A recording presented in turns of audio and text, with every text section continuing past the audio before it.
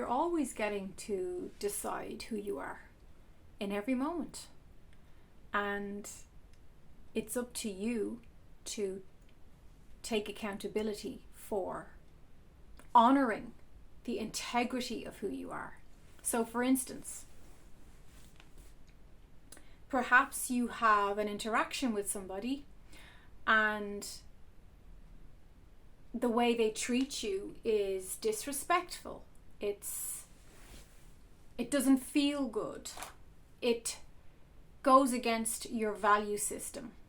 You have a choice in that moment to react to their treatment or their disrespect, and by focusing on that and by reacting to it, you're actually feeding it. Because when we say no to something, what we resist persists. So if you're pushing at something, when you push against energy, it pushes back. It's just quantum physics. It's how things work. So you honor who you truly are by you acknowledge, okay, this person's being disrespectful. It doesn't feel good to me. I am not the person that their thinking is going to react or to take this disrespect or whatever the treatment is, whatever it's happening that you don't like. And you get to choose. Do you engage with that? Do you focus on it? Do you give it energy? Or do you pull back your energy back into yourself, come back into your own energy field? And this is the trick here. And it's not a trick, it's actually a practice. Come back into your own frequency, your own energy, your own heart space where you are safe and respected and loved, and choose peace. You walk away.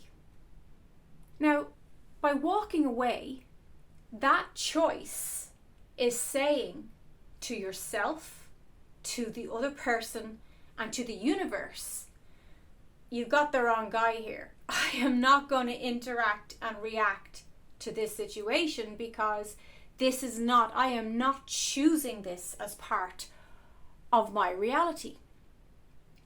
This is conscious selection of your reality, conscious co-creation, whatever you want to call it, law of attraction, whatever. So by you walking away, you're saying, without going into a reactive state and giving all your power and energy away, you're actually saying, no, that's not what I choose. That's not who I am. So why would I stay in a reality that dishonors and displaces me? Because it's not where I belong. I belong with people or someone or situations that are loving and peaceful and harmonious. So somebody could be kicking off around you. Maybe they're having a little tantrum of their own. Maybe somebody speaks to you in a fashion that you feel it, because your body will tell you, right? Your body will tell you when someone has crossed a line and veered into an energy that's not respectful, not loving, not peaceful, not kind. And if this is where, when we are strong in our own energy and we're clear about who we are, this is about self-concept. When we're clear about who we are, people feel that by our response or lack of.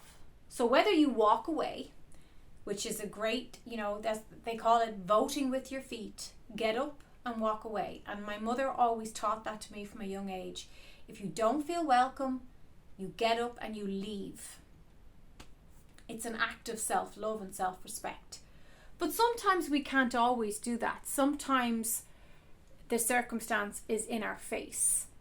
And maybe it's not disrespect. Maybe it's some detail in your life that irks you, or there's something that you're trying to manifest or change and it's been slow in coming.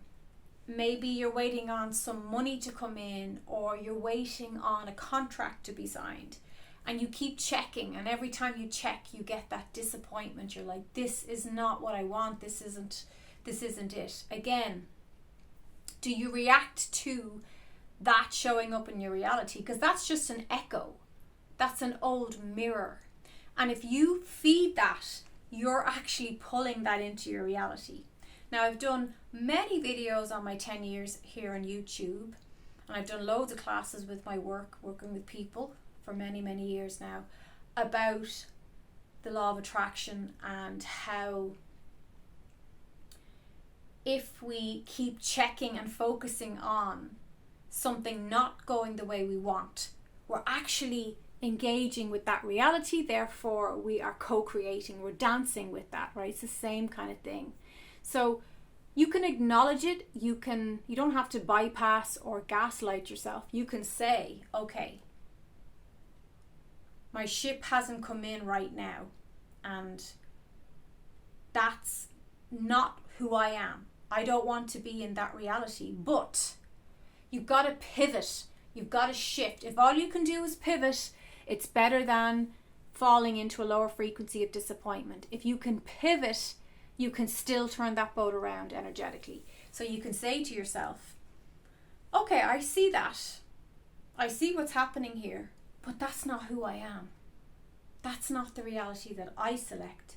And I'm a conscious co-creator. I'm a child of God, of the universe. So I am choosing, focus on the positive, not on the negative. I am choosing to pivot. Pivot means to turn your attention. As Jesus said, turn the other cheek. And what he meant is, someone gives you a slap, you turn the other cheek. Well, he didn't mean turn the other cheek and get a slap again, because that would just be self-flagellation.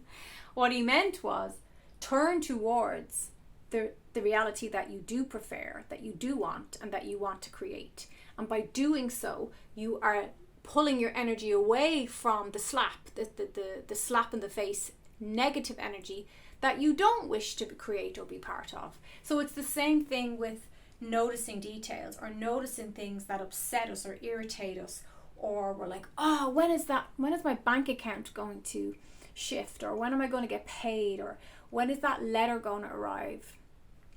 So you have to pivot towards seeing yourself receiving that letter and opening it. Another thing I like to do is, I imagine calling my best friend and saying, guess what? That letter came and I was offered a house, or I got the job, or I've been granted the money to create that project. Whatever it is, it's a great one. It's a great little hack where you actually fully imagine, go right into your imagination. Don't be afraid. Act it out if you have to. But really feel the feels of having that conversation with your family, your mother, your friend, your husband, whatever, and feel the feels of success of that, and how good it feels to have accomplished it. And I did this recently with a few things, and it really, really worked. And I mean, I've used this for years on and off, but like the best of us, sometimes we forget, sometimes we need reminding.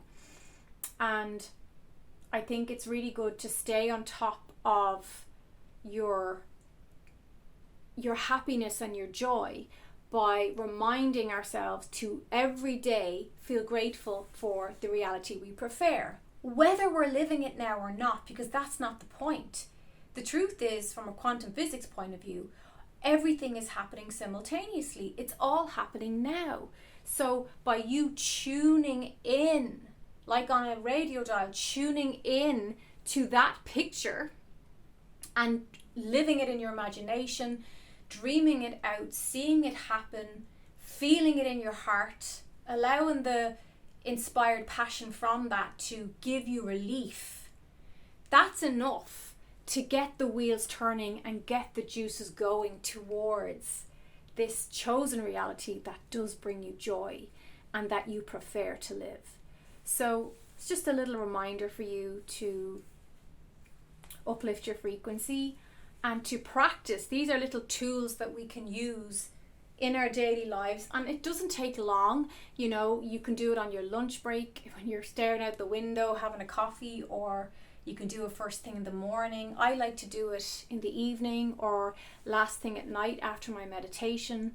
It's just a lovely way to, and you know, just doing it for the sheer feeling of it, for the joy, for the energy that it stirs up in you. That's very magnetic. That's very attractive to that reality or that person, place, or thing.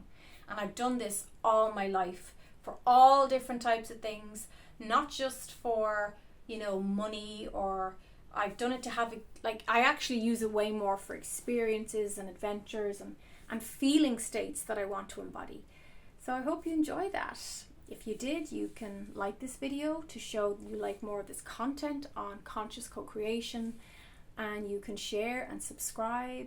Join my membership, the Members of the Light. The light in me recognizes the light in you.